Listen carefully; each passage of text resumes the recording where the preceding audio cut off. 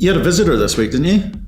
Yeah, we did. We were very pleased to receive a visit from the Prime Minister of the Federation of Bosnia and Herzegovina and the Minister for Mines, Mines, Energy and Industry. It was great. It was, I think it was a really strong endorsement of what we're doing here.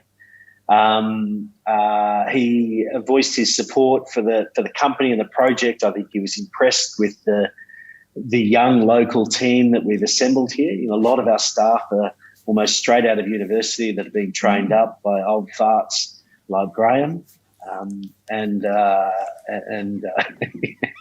Mike, yes, and myself. Thank you, Matt. Sorry, for everyone at home, I just pointed at him. Yeah, like us. Okay. Yeah. And I think generally,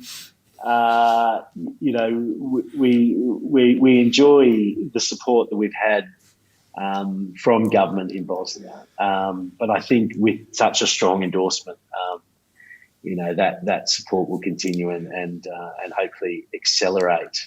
Well, you're probably worth a few quid to them, aren't you? You must be relatively important to that country. Yeah, I think during the major capex years, you'll be contributing about 10% of foreign direct investment into Bosnia. Wow.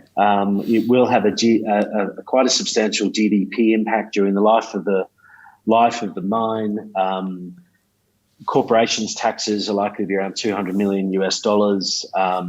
Concession fees close to $30 million, plus all of the employee taxes and social security contributions, which I don't have a number on yet, but probably will be in the region of $300 to $400 million. So, in the scale of the Bosnian economy, that's quite significant.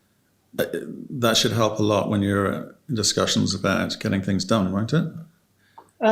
Look, I think here the project has a profile and is probably viewed by government as being such that they want to see it happen as soon as possible. Our approach, and I think I mentioned to this in one of our previous calls, is we engaged a group in London called Critical Resource. Critical Resource are ESG consultants to the mining industry, both from the banks but also the mining companies.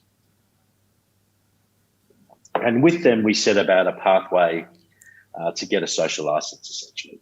And a lot of that was at a local level.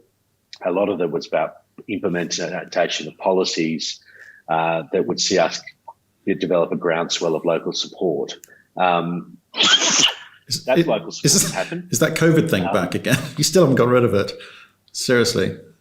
Just sort it out. Just sort it out, would you? Everyone smokes in Bosnia, and I'm ashamed to say, when in Rome. Really? Really? Yeah.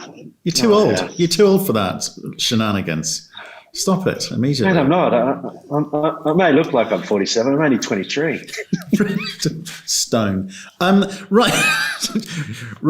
Let's get moment of seriousnness. But the reason Thank you very much. Yeah, it's just pleasure. It's lockdown poppy fat. That's what I'm going with. But I think it's quite important to make that point, because if I remember back to when you guys started off, and probably before, the Balkans was a kind of no-no. It's very, people like you, I don't even know where that is on a map. There's no real mining going on there, but there may have been. But the perception has changed, is what I'm saying. So people looking at you as a different sort of company now, and things like this help. Ministers turning up helps. It does, but your first comment, Matt, about there not being a lot of mining in the Balkans, when you come into our office and you walk up the stairs up to the corporate floor, we've actually got what we call a living history of mining in the region of Varoš, right through from the Saxons, through the Ottomans, the Austro-Hungarians, and into the Yugoslav era.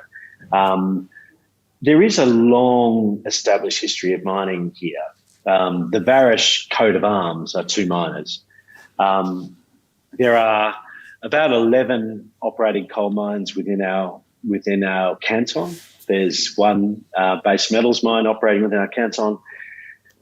I think people came here initially looking for exploration licenses and realised how difficult it was to get an exploration license, because you've got to go and get municipal consent to apply for a concession to the canton.